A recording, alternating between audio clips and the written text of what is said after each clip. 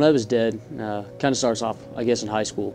I was kind of small of stature. I was a small kid, kind of sheltered in many ways growing up, but the only thing I really had going for me at all is that I was good at baseball. So a lot of times I found myself really struggling to put together what it was like to be a Christian and try to be popular, you know, because I think everybody wants that. You know, a lot of guys, they were very, very good athletes, very, very popular, very, very popular with the ladies and stuff like that, and every guy kind of wants that as a young man.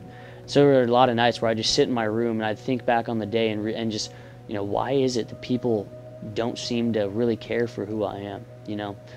And so that led to a lot of thoughts of, you know, there's something wrong with me. And so a lot of these depressive thoughts started filling my mind. And so I would just sit there and I'd be sad in my room, punching my pillows or, you know, throwing things around, you know, trying to figure out why it was. Yeah, being dead for me was really just seeking worldly fame, trying to be popular because of baseball, trying to play baseball to get people to like me.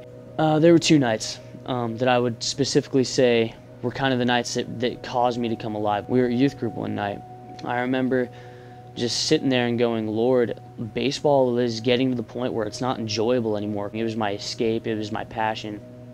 And I was sitting there and I was praying, and I kind of just slowly started to, you know, tears welling up in my eyes, and I realized I was playing baseball for the wrong reasons. I was playing baseball so that other people would recognize me. It wasn't even about me enjoying the game anymore. It was about, how can I make people like me?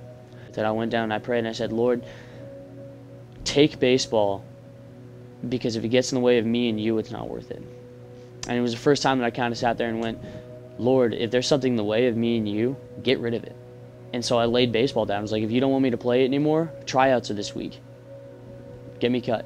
Do something radical, because I need that, and I need you more. After that night, baseball got easier. I don't know why. I couldn't tell you why, but the ball was easier to see. I was faster. I was getting stronger. It just seemed like, because I was not relying on my own strength anymore, I was actually able to see the way the Lord was strengthening me in baseball, and it became a point of worship. But with that, my junior year, I hit very well. I had the 8th highest batting average in the state, and, you know, first team All-State mentions and stuff like that. My head got this big because finally, you know, people are noticing me. So the Lord had to humble me again. That summer, we went on a missions trip, and me and my best friend Cece, who I've mentioned a few times, had this huge argument. Don't remember what it was about, but we were struggling all week.